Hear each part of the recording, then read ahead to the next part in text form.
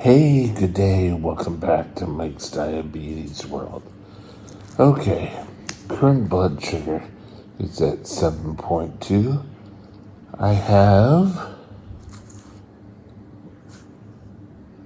18 hours left on my pump sensor, so I'll have to change it tomorrow morning. Fully calibrated though. I calibrated at lunch. I've been pretty kind of stable. I dipped down a bit low, but just below 5, so don't think that'll affect my rating. Ooh, look at that. I'm currently at 100%. Gotta send that to my diabetic nurse. 0% above, 0% below, and 6.6. What an awesome day. It's definitely a win for me. So, after this, I will send that to my nurse. Today, I want to discuss, oh no, my pump failed. Probably one of the scariest things you'll ever have to deal with.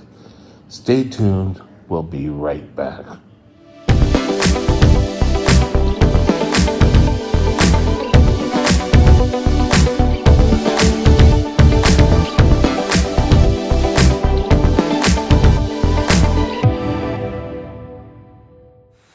This channel is provided for informational purposes only.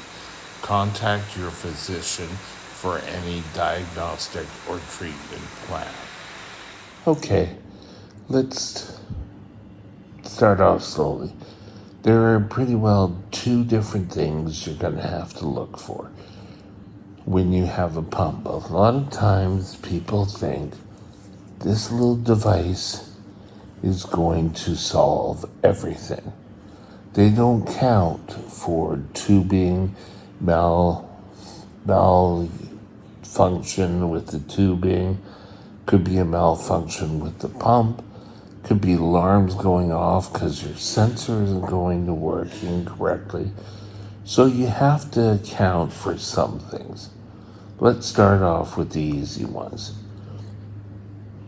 If you get two blood sugars, I think they say over 14 in a row, you should very strongly contemplate changing your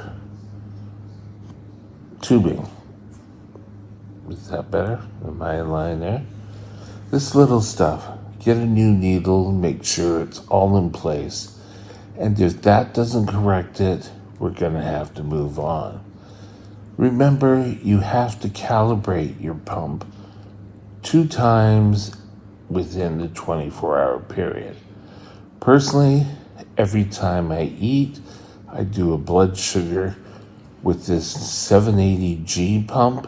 It automatically does the update for me. Pretty simple. Now, your sensor could be out. If you change that, you're still getting high blood sugars. Definitely check. Well, even when you get the highs, before you should be checking with glucometer. You should be checking your rate.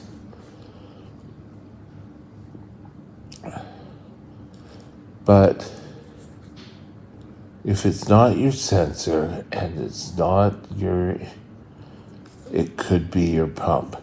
You may need to call your customer service. Medtronic has a customer service, but also I'm sure Omnipod does, and T-Slim also. And you should be able to change out your pump pretty quickly. I know Medtronic, if there's an issue with the pump, you can do it pretty quick. The last time I had to utilize this was for a fail that really wasn't a fail. Who knew, right? my pump, the doctor couldn't figure out my blood sugar, and he was convinced there was something wrong with the pump, so we got a brand new pump. It was pretty well 3 hours, and they delivered a pump to the intensive care unit at Abbotsford Regional Hospital. So we got that, and I went on the merry way.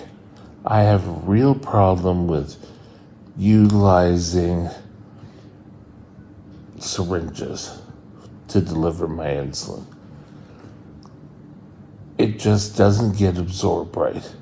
And I think the pump solves an awful lot of issues, and I don't want to be going crazy with the pump. So 3 hour turnaround is pretty good. But something you should have in place straight out, and that is a plan if your pump fails from your doctor. I've talked a lot about plans. I talked about a plan for when you're packing. I've talked about meal plans. I've talked about insulin plans, taking shots if your pump fails. There could be a reason why the pump, they can't get it to you right away.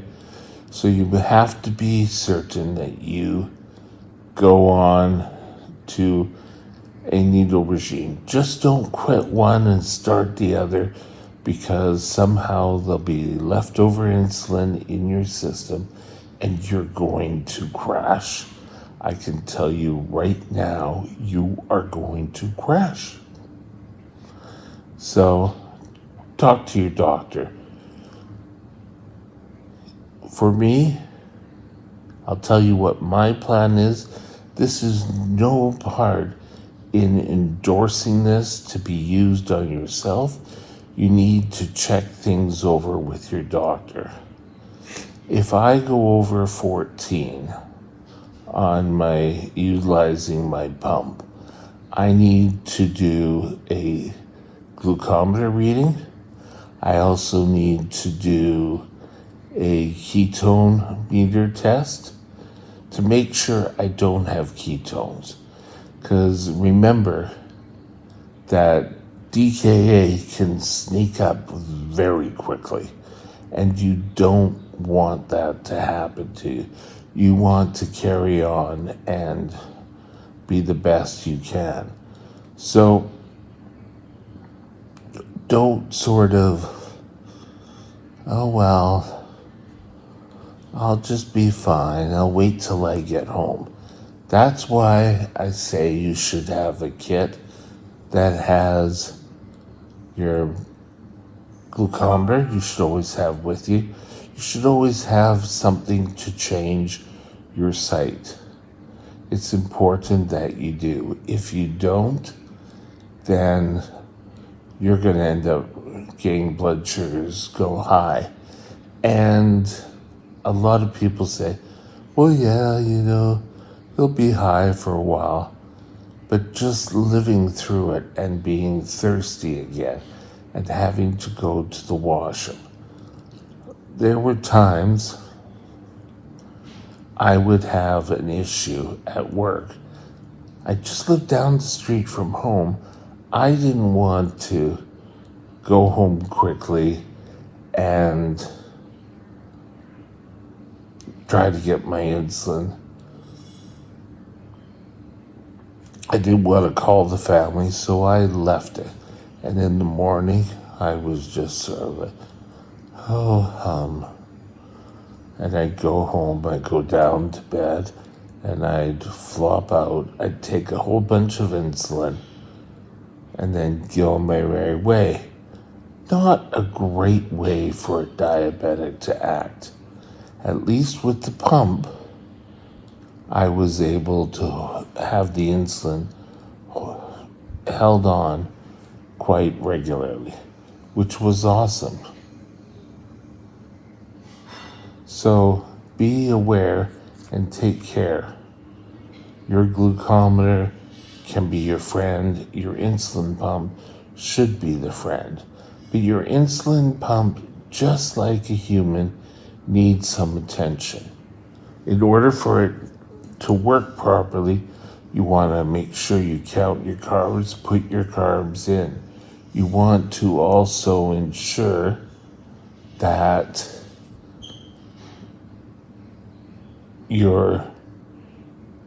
change your site every 3 days. Make sure you change your sensor every 2 days. 7 days. When I was here, just let me get it up, talking about my sensor, and right there where it says 1, that's an alert. My pump tomorrow morning will, not the pump, but the sensor will stop working. So I'll automatically, it won't tell me what the blood sugar is. And I find your body tends to start creeping up the blood sugars. It's happened while I sleep, where have forgot to do a blood test before bed, and I just didn't really get a good number in the morning. I'm usually high, can be up around 14. So what do? You take a glucometer, you take a ketone test, you do a correction through your pump if you're not showing ketones. You may have to, if you're showing ketones, you need to take extra insulin. Your doctor is the best one to tell you how much insulin you need to take. If you find your pump isn't working and it's not showing power or whatever reason, and you change the battery, you've done everything we talked about in this video, call your customer service line. Medtronic, as I mentioned, has a 3-hour turnaround time. Or maybe it's just because we're in a metropolitan area. It may be longer. But if you are going to be without a pump for any length of time, you need to ensure you follow your doctor's plan for when you don't have any insulin and when you need to increase. Don't leave it up to chance. The whole goal of these videos, and for most care from doctors, is keeping you within those 2 lines, above 3.9 and below 10. And if you lose the ability of your pump, you need to have a plan that is ready to go. So take care of your pump and it will serve you well. Have a great day, and we'll talk again soon. Bye now. My email is mikesdiabetesworld@gmail.com. mikesdiabetesworld@gmail.com.